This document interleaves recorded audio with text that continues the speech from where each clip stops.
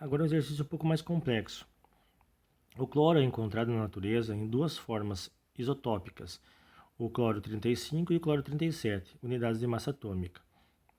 Dado que a massa atômica média do cloro é 35,45, qual é a porcentagem desses dois isótopos? Para esse exercício, nós temos que lembrar que, considerando X a porcentagem do cloro 35 e Y a porcentagem do cloro 37, a somatória dos dois, X mais Y, é igual a 100, que é 100%. A massa ponderada é dada por massa ponderada, que é a massa média 35,5,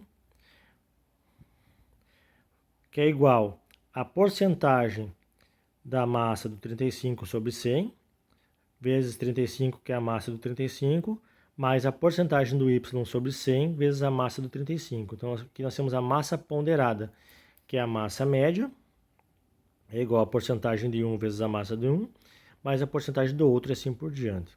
Então, as duas equações aqui, nós temos duas equações de duas variáveis. Isolando o x na primeira variável, nós temos x é igual a 100 menos y. Jogando aqui embaixo, nós temos x é igual a 100 menos y sobre 100, vezes 35, mais y sobre 100 vezes 37, igual a 35,45. Balanceando aqui, tirando o mínimo multiplicador comum, divisor comum, desculpe, 100. Então, 35 vezes 100, 3.500. Menos 35y, mais 37 vezes y, 37y, igual 3.545, que eu fiz o mínimo múltiplo comum. Isolando a equação aqui, eu tenho 37 menos 35, 2y. Passo 3.500 para o outro lado, então 2y é igual a 3.545 menos 3.500, 2y é igual a 45, y é igual a 22,5. 22,5 é a porcentagem do 37. Então, substituindo aqui embaixo, que nós já substituímos lá em cima, x é igual a 100 menos y. 100 menos 22,5, 77,5 é a porcentagem do isótopo 35. Então, a resposta correta é letra E. 77,5% de cloro 35 e 22,5% do cloro 37. Para esse exercício, nós temos que usar então as duas variáveis, as duas equações. X mais y é igual a 100, sendo x a porcentagem do elemento 35, ou poderia ser inverso também. E x sobre 100 vezes a massa do x, que é 35, mais y sobre 100 vezes a massa do 37, que é 37, é igual à massa média, que é 35,45.